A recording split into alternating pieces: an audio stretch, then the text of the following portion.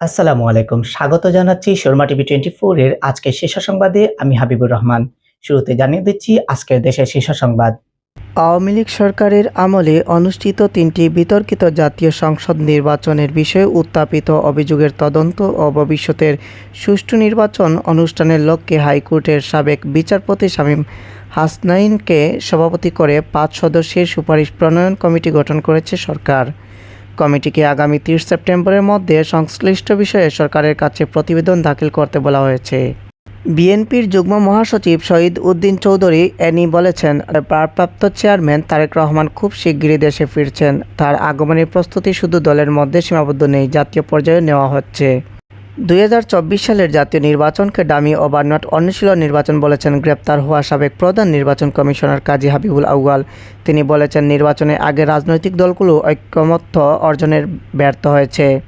অন্তর্বর্তী সরকারের প্রধান উপদেষ্টা ডক্টর মোহাম্মদ ইউনূসের সঙ্গে সাক্ষাৎ করেছেন প্রধান নির্বাচন কমিশনার এএমএস নাসির উদ্দিন। সাবেক প্রধানমন্ত্রী শেখ হাসিনা তার পিতা শেখ মুজিবুর রহমান সহ পরিবারের সদস্য ও আওয়ামী লীগ নেতাদের নামে নামকরণ করা 808টি স্থাপনার নাম পরিবর্তন করেছে অন্তর্বর্তীকালীন সরকার। বিশ্ব শান্তিসূচকে এবছর 33 ধাপ পিছিয়ে 123তম স্থানে নেমে এসেছে বাংলাদেশ। চলতি বছরের জুন মাসেই এই সূচকটি প্রকাশ করে অস্ট্রেলিয়ার সিডনি ভিত্তিক আন্তর্জাতিক গবেষণা প্রতিষ্ঠান institute for economics and piece. ত্রয়োদশ জাতীয় সংসদ নির্বাচনের তফসিল ঘোষণার পরেই বিএনপি তার রাজনৈতিক জোটের শরিকদের সঙ্গে আসন বণ্টন নিয়ে আলোচনা শুরু করবে বলে জানিয়েছেন দলটির সিনিয়র নেতা আমির খসরু মাহমুদ চৌধুরী। ইসরায়েলের সামরিক আগ্রাসনের বিরুদ্ধে ইরানের প্রতি বাংলাদেশ সরকার, জনগণ এবং বিভিন্ন প্রতিষ্ঠানের সংহতি প্রকাশের জন্য গভীর কৃতজ্ঞতা জানিয়েছে ঢাকায় অবস্থিত ইরান দূতাবাস। আজ বৃহস্পতিবার সকাল 10টায় বাংলা প্রথম পত্রের লিখিত পরীক্ষার মাধ্যমে শুরু হয়েছে উচ্চ মাধ্যমিক সার্টিফিকেট ও সমমানের পরীক্ষা। এ পরীক্ষায় চলবে আগামী 10 আগস্ট পর্যন্ত। এরপর শুরু হবে ব্যবহারিক পরীক্ষা। আপনারা এতক্ষণ শুনছিলেন আজকের দেশের শীর্ষ সংবাদ। এবারে থাকছে আন্তর্জাতিক শীর্ষ সংবাদ।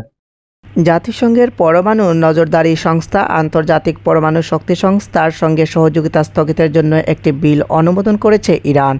তবে আইএইএ বলছে, তারা সহযোগিতা স্থগিত করার বিল সম্পর্কে তেহরানের কাছ থেকে এখনও কোনো আনুষ্ঠানিক বার্তা পায়নি। ইসরায়েলের প্রতি আমেরিকান জনগণের সমর্থন উল্লেখযোগ্য হারে কমে আসছে।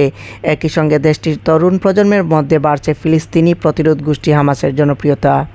ইসরায়েলের সঙ্গে সাম্প্রতিক সংঘাতের পর জাতির উদ্দেশ্যে দেওয়া ভিডিও বার্তায় ইরানের সর্বোচ্চ নেতা আয়াতুল্লাহ আলী খামেনি বলেছেন, তার দেশ আমেরিকার মুখে চপেটাঘাত করেছে। গাজায় যুদ্ধবিরতি ও বন্দী মুক্তির নতুন একটি চুক্তি অর্জনের লক্ষ্যে মধ্যস্থতাকারীরা তাদের প্রচেষ্টা জোরদার করেছে বলে জানিয়েছে হামাসের এক জ্যেষ্ঠ কর্মকর্তা। তবে ইসরায়েলের সঙ্গে আলোচনা এখনও অচল অবস্থায় রয়েছে বলেও জানিয়েছেন তিনি। এতক্ষণ শুনছিলেন আন্তর্জাতিক শীর্ষ সংবাদ। এবারে থাকছে আজকের খেলাধুলার সংবাদ। 2000 সালের 26 জুন আইসিসি থেকে টেস্ট মর্যাদা পায় বাংলাদেশ। ক্যালেন্ডারের হিসাব অনুযায়ী আজ বৃহস্পতিবার 25 বছর পূর্তি হলো বাংলাদেশের টেস্ট মর্যাদা পাওয়ার। বাংলাদেশের প্রথম টেস্ট দলের অধিনায়ক ছিলেন আমিনুল ইসলাম বুলবুল। বর্তমানে তিনি বাংলাদেশ ক্রিকেট বোর্ডের সভাপতি। ক্লাব বিশ্বকাপের সালজবুর্গ ম্যাচের আগে রিয়াল মাদ্রিদ শিবিরে স্বস্তি ফিরে এসেছে। দলের সেরা ফরোয়ার্ড কিলিয়ান এমবাপ্পে অনুশীলনে ফিরেছেন। রিয়ালের জার্সিতে এই টুর্নামেন্টে এখনও মাঠে নামা হয়নি ফরাসি তারকার। প্রিয় দর্শক, আপনারা এতক্ষণ দেখছিলেন শর্মা টিভি 24 এর নিয়মিত আয়োজন আজকের দেশের শীর্ষ সংবাদ, আন্তর্জাতিক শীর্ষ সংবাদ এবং খেলাধুলার সংবাদ। এতক্ষণ ধরে আমি ছিলাম হাবিবুর রহমান। দেখা হচ্ছে শর্মা টিভি 24 এর পরবর্তী আয়োজনে। ততক্ষণে